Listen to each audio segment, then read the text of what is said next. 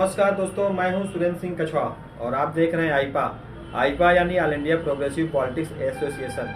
हम बात करते हैं जन सरोकार की, हम बात करते हैं समाज के विकास की, हम बात करते हैं प्रगतिशील राजनीति की। इसी मंच पर आज हमारे साथ हैं समाजवादी पार्टी के जिलाध्यक्ष अनुज यादव जी। बहुत बहुत स्वागत है आपका। अध्यक्ष जी, आप हमारे आईपा मंच की इस मुहिम को क्या कहना चाहते हैं? सबसे पहले तो मैं इस मुहिम को आईपा को बधाई दूंगा कि आप लोगों ने एक ऐसा प्लेटफॉर्म जनता के बीच और राजनीतिक दल के लोगों के बीच एक ऐसा मंच तैयार किया है कि इसमें जनहित की बातें उठाई जा सकती हैं। जनहित के मुद्दे और विकास को, जनता से जुड़े हुए सवालों को आप सीधे रख सकते हैं। बहुत अच्छी चीज़ है और मैं इस प्लेटफॉर्म के लोगों को बहुत बहुत बधाई देता हूँ, टीम को बधाई देता हूँ। बहुत बहुत धन्यवाद जी। इस समय विधानसभा चुनाव नजदीक आ गया है, सभी दल चुनाव में उतर भी चुके हैं, हालांकि प्रचार साल चालू हो गया है। तो आपकी पार्टी की ओर से किन मुद्दों को लेकर के जनता के बीच जा रहे हैं? देखिए, हमारी पार्टी में 2012 से 17 के बीच जो काम हुए हैं, उन कामों को लेकर हम लोग माननीय अखिलेश यादव जी की व्यक्तिगत छवि को लेकर जनता के बीच जाने का काम करेंगे, उनके किए हुए विकास को बताने का काम करेंगे।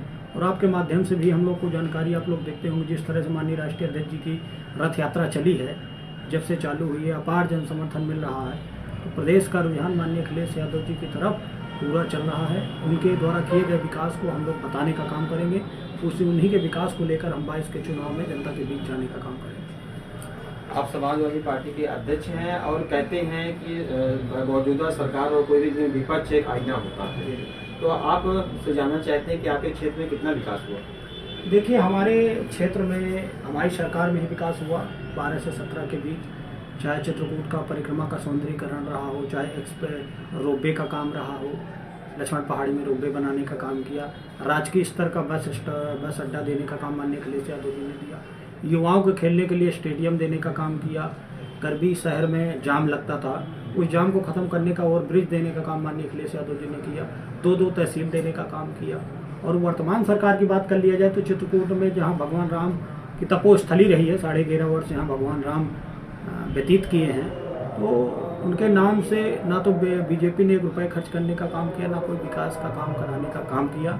यहाँ सबसे बड़ा हालत यह है बेरोजगारी का, आप जानते हैं, महंगाई का, और सबसे ज़्यादा हमारे यहाँ पलायन हो रहा है इस समय, क्योंकि यहाँ कोई बड़ी फैक्ट्रियाँ, बड़े उद्योग धंधे तो है नहीं, तो इसलिए लोग सूरत पंजाब ज़्यादातर लोग जाते हैं। अब तो और बेरोजगारी बढ़ गई, जब से लॉकडाउन 2 बार लगा, तो जो सूरत पंजाब से जो बेरोजगार युवा कमा धमा के लौटे हैं, तो अब तो गांव में रोजगार भी नहीं है, वो लोग परेशान हैं, हताश हैं। तो हर वर्ग नाराज है इस सरकार से। आपकी नज़र में अभी भी कितना विकास होना भी बाकी है? अभी काफ़ी काम करने की ज़रूरत है। जैसे सबसे पहला मुद्दा है जिले में पेयजल की व्यवस्था। आप गर्मियों में देखिए, पाठा में पेयजल की बहुत भीषण समस्या रहती है, वो समस्या है। दूसरी मुख्य समस्या है बेरोजगारी में काम करने की ज़रूरत है, क्योंकि यहाँ बेरोजगारी बहुत है। बेरोजगारी और उसके अलावा किसानों के लिए सबसे बड़ी बुंदेलखंड में अभिशाप है कि अन्ना प्रथा जो चल रही है, इसको बंद कराया जाए। अभी अन्ना प्रथा में लगाम नहीं लग पाई है, किसानों की फसलें उजाड़ रही हैं, आए दिन किसान आत्महत्या कर रहा है, फसलें उनकी बर्बाद हो रही, उनकी कृषि उनका उचित दाम नहीं मिल रहा फसलों का। इसलिए किसानों के बीच, किसानों के से संबंधित मुद्दों में काम करने की जरूरत होती है। क्षेत्र की कोई ऐसी बड़ी समस्या बताइए जिसमें मौजूदा विधायक ध्यान न दिया? समस्याएं गिनाने लगेंगे तो ये कम से कम 10 समस्या है। चाहे बेरोजगारी की समस्या ले लीजिए, एक भी नौकरी सरकार में नहीं मिली। आप किसी से भी पूछ लीजिए, चित्रकूट में कोई ऐसी वैकेंसी निकली हो कि यहाँ के स्पेशली युवाओं को कभी इनवाइट किया हो, कभी किसी की नौकरी मिली हो। दूसरा कारण यहाँ सबसे ज़्यादा है अन्ना प्रथा का, अन्ना पशुओं का, कि आए दिन किसानों की फसलें उजाड़ी जा रही हैं। सबसे बड़ी दिक्कत इस समय अन्ना फसलों की है, अन्ना पशुओं की है। अन्ना पशु फसलों को उजाड़ रहे हैं, जिससे किसान तबाह होता जा रहा है। और तीसरा सबसे बड़ा मुद्दा पेयजल का। पाठा में भीषण गर्मी में इतना सूखा पड़ता है, इतना पानी का वाटर लेवल एकदम नीचे चला जाता है कि कई किलोमीटर से लोग बैलगाड़ियों में चोहड़ों से पानी लेते हैं, जो बहुत विकराल समस्या है। वहाँ सबसे ज़्यादा पेयजल के लिए काम करने की भी ज़रूरत है। सुनने में आया है कि आपके क्षेत्र के विधायक हैं जो क्राइम को खत्म कर दिया है। क्राइम कहाँ खत्म हुआ? आए दिन हत्याएं, लोग बलात्कार हो रहे हैं। अभी के चैनल में चला था कि थाने में युवती से रेप हुआ है। तो बताइए, थाने सुरक्षित नहीं है, तो आप समझ लीजिए कि कितना क्राइम समाप्त कर दिया है। बगल के ही अभी चित्रकूट में चित्रकूट के संत जी को मार दिया गया, कोई सुनने वाला नहीं। इससे पहले बालाजी मंदिर में एक संत की हत्या हुई। अभी 3-4 दिन पहले भजनाश्रम में एक संत को, मैनेजर साहब को इतनी बुरी तरीके से मारा पीटा। और अराजक तत्वों का ये हाल रहा है कि बस से और ट्रैक्टरों से खुलेआम उनके यहाँ लूटपाट किया, मारा पीटा, लेकिन कोई सुनने वाला नहीं है। तो इससे आप देख सकते हैं, आकलन कर सकते हैं कि कितना इन्होंने क्राइम कम किया। मुझे तो लगता है क्राइम कम होने की जगह इन्होंने क्राइम और बढ़ा दिया। अगर आपकी पार्टी से 236 से 237 दोनों से विधायक बनते हैं तो क्षेत्र में और क्या विकास होगा? देखिए, हमारी पार्टी से 2022 में दोनों क्षेत्र से जनता जिता कर भेजती है। तो सबसे पहले हम बेरोजगारी के ऊपर काम करने का काम करेंगे। माननीय राष्ट्रीय अध्यक्ष जी ने भी कहा, यहाँ की भौगोलिक परिस्थिति को हम लोगों ने 3 दिवसीय प्रशिक्षण शिविर हुआ था माननीय अखिलेश यादव जी का, तो हम लोगों ने यहाँ सबसे बड़ा मुद्दा बेरोजगारी का उठाया था। उन्होंने कहा सरकार बनने के बाद कोई बड़ी औद्योगिक फैक्ट्री लगवाने का काम करेंगे जिससे बेरोजगारी में निजात पाया जा सके। और दूसरा उन्होंने सबसे बड़ा काम बताया था कि अन्ना प्रथा को हम समाप्त करेंगे। उसके लिए कोई झांसी के पास रिसर्च सेंटर बन रहा है, तो वहाँ पर ऐसा जानवरों के लिए क्या किया जाए कि जिससे अन्ना प्रथा में कमी आ सके। उन अन्ना छुट्टा जानवरों में कैसे उनकी नस्लें अच्छी बनाई जाए, कैसे दुधारू किया जाए जिससे किसान उनको रख सके, छोड़ ना सके, अन्ना न कर सके।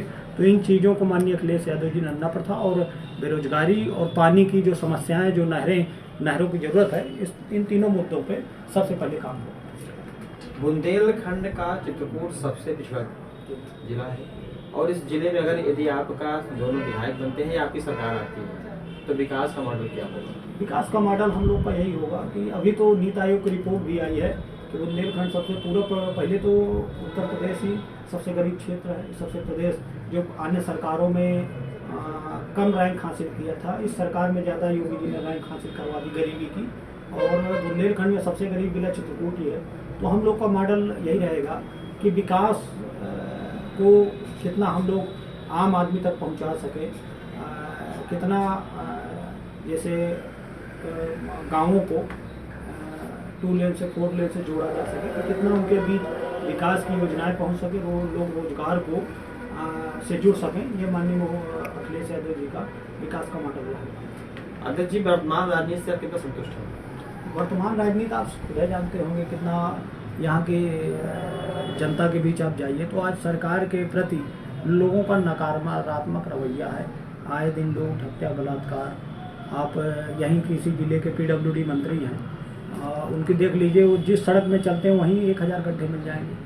विधायक जी आपके यहीं से सांसद चुन के जाते हैं, यहीं के सांसद हैं बांदा से, उनके यहाँ देख लीजिए तो उनका व्यापार चल रहा है, उनको विकास से मतलब नहीं, उनके ठेला चलने चाहिए। 1000 पुतला देखो बेटा, कोई मतलब नहीं। विधायक मानिकपुर हैं बीजेपी से, उनका विकास इतना बोल रहा है कि खुद है वो नाला में कूद रहे हैं, सड़कें नहीं है, पत्थर में पैर रख के निकल रहे हैं। ये हाल है। उन्होंने जब से वो विधायक बने तो वहाँ एक भी विकास की योजनाएं मानिकपुर में भी नहीं हुई। हमारी सरकार में जो हुआ, 2 तहसीलों का दर्जा हुआ, इतने विकास के काम हुए हैं कि ये केवल हमारा ही विकास बता के 5 साल काटना है इनके जनप्रतिनिधि को। अब हालात ये हो गए कि इनके पास विकास बताने के लिए कुछ काम नहीं करता है, ये सिर्फ हिंदू मुसलमान सिख ईसाई लड़ाने का काम कर रहे हैं। इसी राजनीति, धर्म, जाति और मजहब और आरक्षण पर जो राजनीति हो रही है, क्या सही है? बीजेपी का काम शुरू से रहा है कि आरक्षण खत्म करो और धर्म में जनता को फंसा दो। धर्म आधारित जब भी उनके पास बताने के लिए कोई योजना नहीं रहती तो हमेशा ऐसी ही राजनीति, मंदिर मस्जिद की राजनीति करते हैं। ना तो उनसे बेरोजगारी से मतलब, ना महंगाई से मतलब। मोदी जी कितने कार्यक्रम हुए, योगी जी कितनी जनसभाएं हुई, किसी एक में बता दें कि इन्होंने बेरोजगारी से जुड़ा सवाल उठाया हो, महंगाई से जुड़ा सवाल उठाया हो।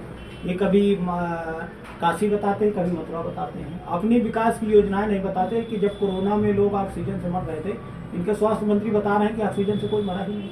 वहाँ ऑन रिकॉर्ड विधानसभा में उन्होंने जवाब दिया कि ऑक्सीजन से कोई नहीं मरा। इसका मतलब जितने लाखों लोग मरे कोरोना काल में, दूसरे चरण, प्रथम चरण में, तो क्या अपने आप पर लोग सुधार गए हैं? उनको ऑक्सीजन की कमी रही, स्वास्थ्य की सुविधाओं की कमी रही, तभी तो मरे। कोई जानबूझ के तो नहीं मरा। तो ये हाल है सरकार को। सरकार कहती कुछ है, करती कुछ है। इनके पास ना तो विकास का कोई मॉडल है। जितना काम अखिलेश यादव जी ने किया था उन्हीं योजनाओं को रंग पोत के बताए हैं। उनके अलावा इनका कोई नई नीति समझ में नहीं है, न नई इनका कोई विकास दिखा है। ये केवल लास्ट में बस वही मंदिर मस्जिद में टिक जाते हैं, उसी की राजनीति करते हैं। अध्यक्ष जी, संतुष्ट होकर वोट करना और असंतुष्ट होकर वोट करना दोनों चीजें होती हैं। जनता सरकारें बदल देती है फिर भी जनता के जो मुद्दे होते हैं वो कहीं पूर्ण नहीं होते हैं, इसमें दोषी कौन है? देखिए, इसमें काफ़ी हद तक जो पूर्ववर्ती सरकार रही है माननीय अखिलेश यादव जी, उसमें हम लोगों ने प्रयास किया है कि जनता के कामों को पूरा किया जा सके।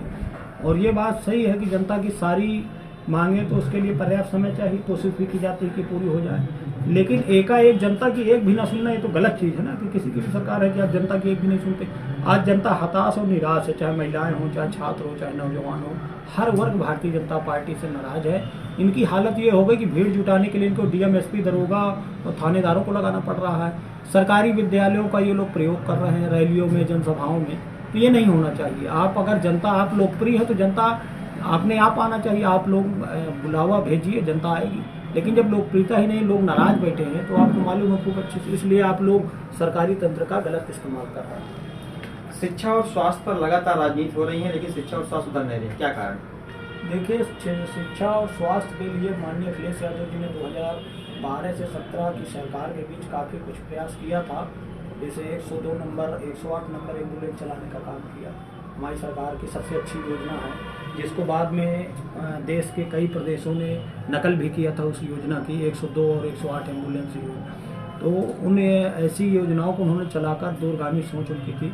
अब वो सरकार ने केवल नाम बदल दिया, लेकिन इनकी एम्बुलेंसों में तेल है, न टायर में हवा। आज कहीं भी चले जाओ तो एम्बुलेंस बुलाओ आप, आधा घंटा पहले तो पहुंचती, 4 घंटा पहले, तब तक मरीज का निधन हो जाता। ये हाल है सरकार के। इस सरकार में स्वास्थ्य सेवा एकदम चरमराई हुई है। आपका ये जिला चिकित्सालय चित्रकूट का है, माननीय मुलायम सिंह यादव जी के देन है। इसके अलावा तमाम पीएससी, सीएससी बनी माननीय अखिलेश यादव जी ने 2012 से 17 सरकार के बीच में। इन्होंने कोई नया पीएससी बनाया ना सीएससी बनाया। इनकी सरकार से आप पूछ लीजिए, रिकॉर्ड मंगवा लीजिएगा कि इन्होंने कोई स्वास्थ्य में कोई काम किया हो, कोई स्वास्थ्य संबंधी कोई बहुत बड़ा। इन्होंने कहा था कि हम मेडिकल कॉलेज बनवाएंगे, लोग क्या बनवाएंगे। आज तक ना तो इनका मेडिकल कॉलेज बना है, ना आपका जिला चिकित्सालय ही ये लोग सुधार दे तो मेडिकल कॉलेज से काम नहीं है। लेकिन इनको सुधारना नहीं, काम नहीं करना। वहाँ देख लीजिए, अच्छे डॉक्टरों का नहीं जिला चित्रकूट में। मशीनें तो हैं, रख रखाव नहीं हो पा रहा, उनके बीच काम करने वाले लोग नहीं हैं, इसलिए वो धूल फाँक रही मशीन। इस सरकार में एकदम स्वास्थ्य सेवा चरमराई। महिलाओं की सुरक्षा व्यवस्था की जो भी सरकार आती है, बातें तो करती हैं, धरातल पर कार्य नहीं हो रहा, क्या कारण? देखिए, महिला सुरक्षा से संबंधित जो काम किया है पूर्ववर्ती सरकार माननीय अखिलेश यादव जी ने, जैसे 10-90 योजना चालू किया था। किसी महिला के साथ कोई अप्रिय घटना घटती है, कई बार महिला संभ्रांत परिवार की थाने आने में, चौकी जाने में संकोच करती है, शर्म करती है कि लोग लाज के भय से वो बेचारी नहीं जा पाती थी। तो उस प्रॉब्लम को माननीय अखिलेश यादव जी ने दूर करने का काम किया। 10-90 योजना उन्होंने डायल 10-90 योजना उन्होंने लागू किया, जिससे महिलाएं पुलिस में और सीधे अपनी कंप्लेन लखनऊ में दर्ज कराती थी, जिसके माध्यम से निदान होता था। इस सरकार ने उसको भी बंद करने का काम किया, इसको मर्ज कर दिया किसी अन्य नंबर में, तो महिलाओं को न्याय नहीं मिल रहा है। और जो भी सरकार में योजनाएं हैं, उस सरकार में महिलाओं से संबंधित कोई भी ऐसी योजना, जैसे माननीय अखिलेश यादव जी ने समाजवादी पेंशन योजना के तहत महिलाओं को स्वावलंबी बनाने का काम किया था, इस सरकार ने पेंशन भी बंद कर दिया है। तो महिलाओं के ग्राफ के मामले में इस सरकार में, पूर्ववर्ती सरकार का आंकड़ा ले लीजिए, इस सरकार में जितना अत्याचार इस सरकार में महिलाओं के ऊपर हुआ है, यहाँ तो खुलेआम जनप्रतिनिधियों ने अत्याचार करने का काम महिलाओं के साथ किया है। जिला पंचायत ब्लॉक प्रमुखी में साड़ी खींचने का काम किया।